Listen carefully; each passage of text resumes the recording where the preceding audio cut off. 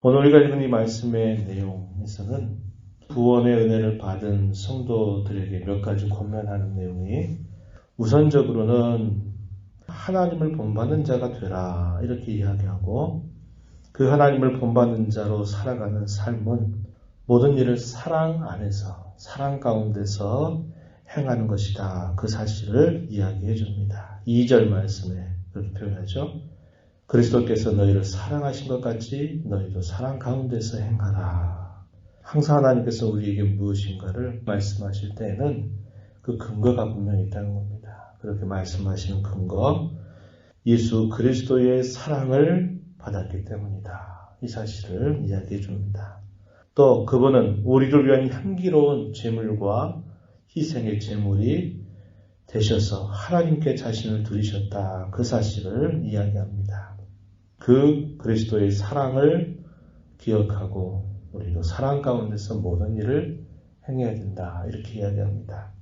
고린도전서의 내용에도 보게 되면 무엇을 하더라도 항상 사랑이라고 하는 원리를 가지고 행해야 될 것을 이야기합니다. 그러한 사랑이 빠져버린다면 어떠한 희생과 어떠한 섬김도 어떠한 특별한 기적적인 능력이나 신비로운 어떤 영적인 은사들이라 할지라도 그 사랑이 빠져버린다면 그것은 아무런 소용이 없다라는 사실을 이야기한 바가 있죠. 그래서 하나님께로부터 받은 그 사랑을 우리가 기억하고 그러한 사랑을 가지고서 모든 일을 행하는 삶에 대해서 이야기해 줍니다. 그래서 행실에 있어서는 사랑 가운데서 행하라.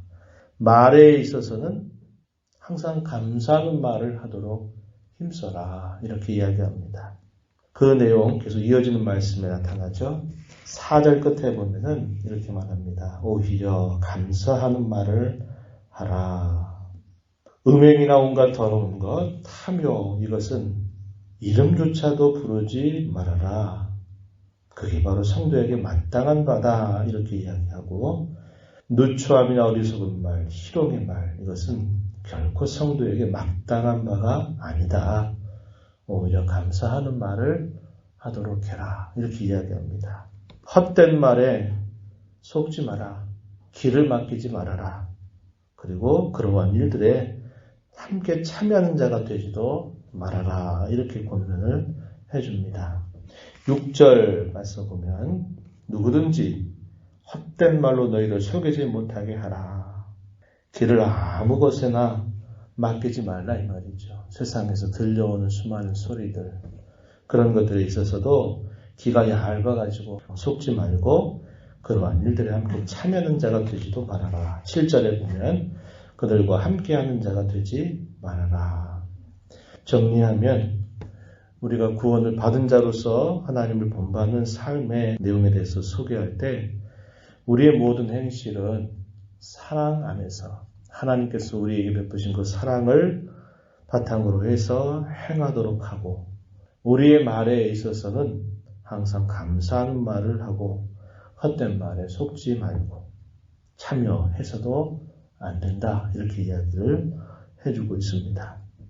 더 나아가서 8절로부터 14절 쭉 이어지는 내용을 보면은 빛의 자녀들처럼 행해야 된다라고 말할 때 그것도 역시 우리가 이제 성도라고 하는 존귀한 신분을 받았기 때문에 빛의 자녀로 살아야 된다. 이렇게 이야기를 하면서 무엇보다도 우리의 성품이 변화가 있어야만 된다. 이 사실을 강조합니다.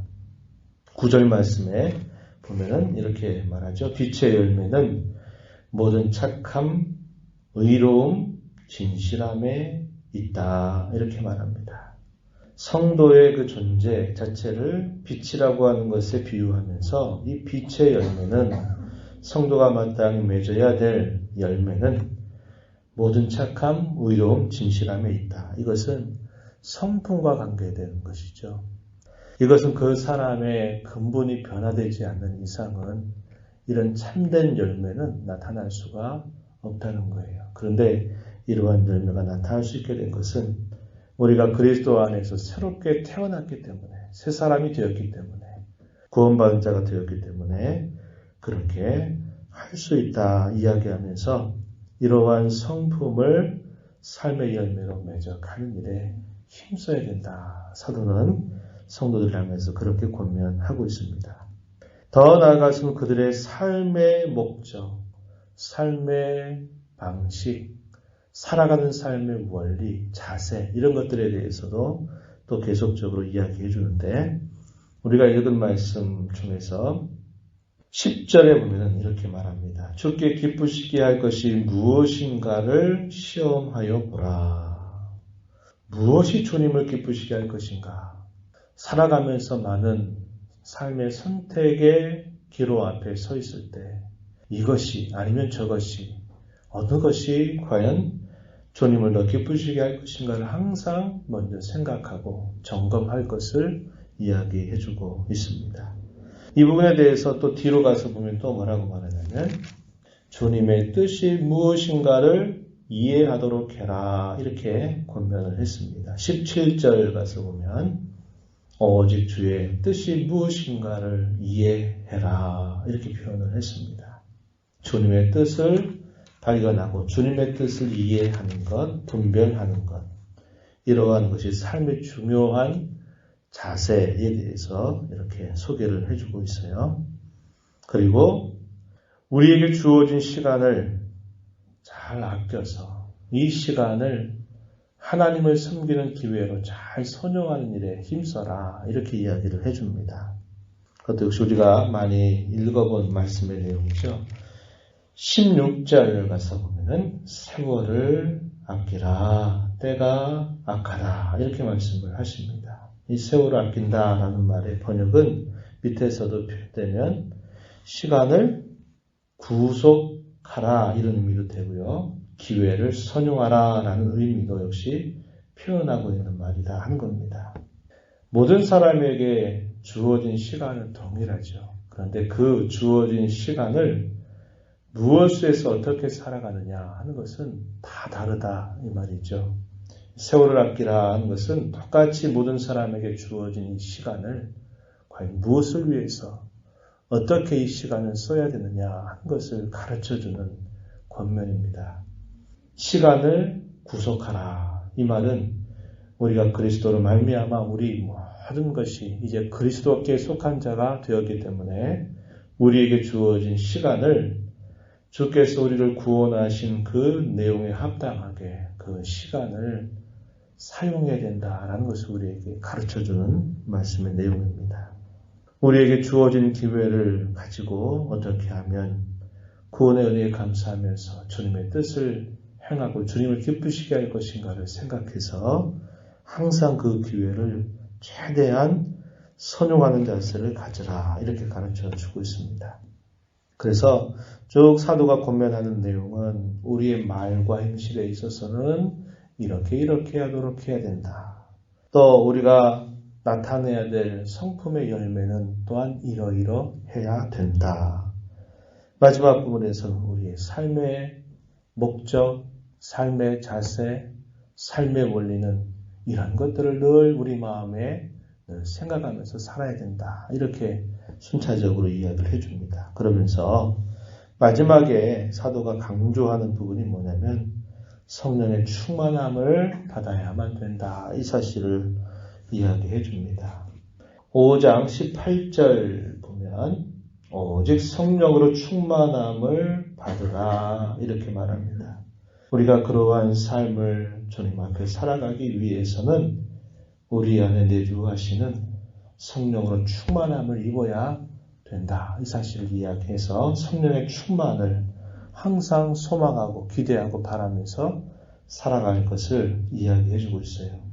그 성령의 충만함을 받는 모습이 몇 가지로 표현되는데 19절로부터 21절까지 소개가 됩니다. 19절에 보면 뭐라고 얘기하냐면 시와 찬송과 신령한 노래들로 서로 화답하고 마음으로 주께 노래하며 찬송하며 우리의 말에 있어서 늘 하나님을 찬양하는 그러한 모습들이 나타난다 이 말이죠. 우리가 생활하는 삶 속에서 하나님을 찬양하는 일들 이것이 잘 드러난다 이렇게 이야기하고 20절에 보면 범사의 모든 일에 늘 감사하는 모습이 나타난다 이 말이죠.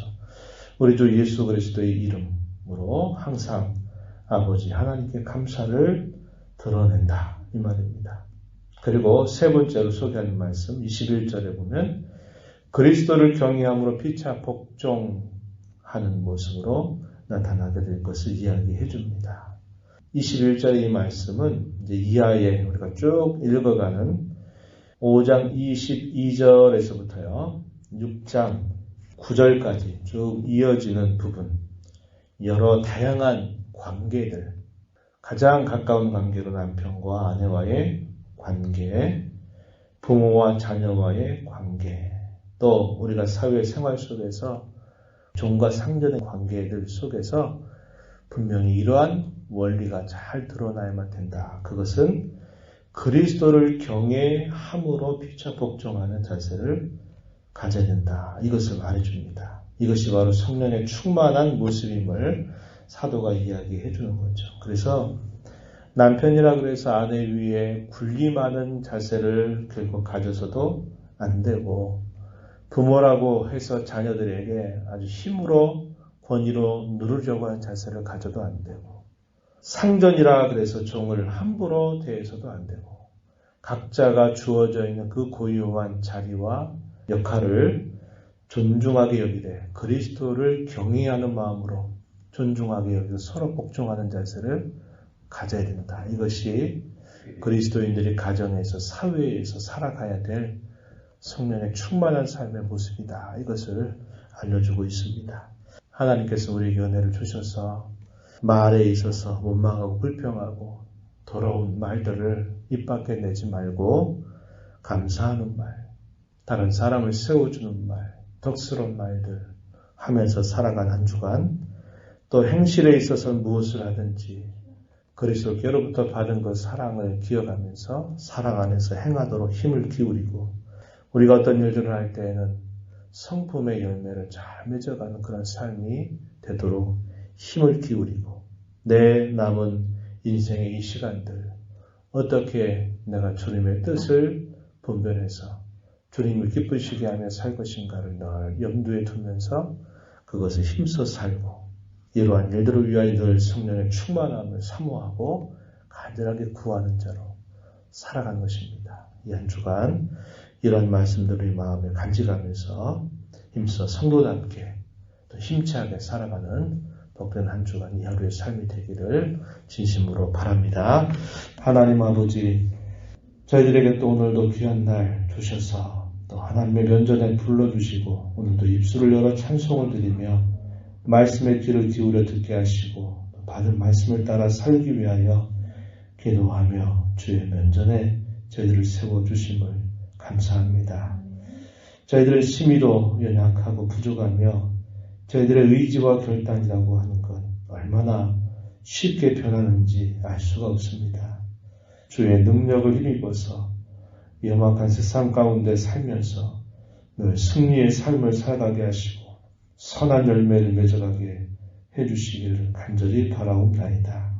하나님을 모시고 살아가는 자, 우리의 말하는 일에 있어서도, 우리가 행하는 모든 일에 있어서도, 우리가 살아가는 삶의 모든 자세와 원리에 있어서도 분명 믿지 않는 사람들과 달라야 됨을 저희에게 말씀해 주셨사오니, 오늘도 또 이 한 주간도 그러한 일에 힘을 기울여 살아가도록 주님 저희들을 붙잡아 주시옵소서. 은혜의 보좌 앞에 나와서 아버지의 은혜를 간절하게 구하는 모든 심령들을 용납하시고 간구의 귀를 기울여 주시며 응답하여 주시옵소서. 예수님 이름으로 기도하옵나이다. 아멘.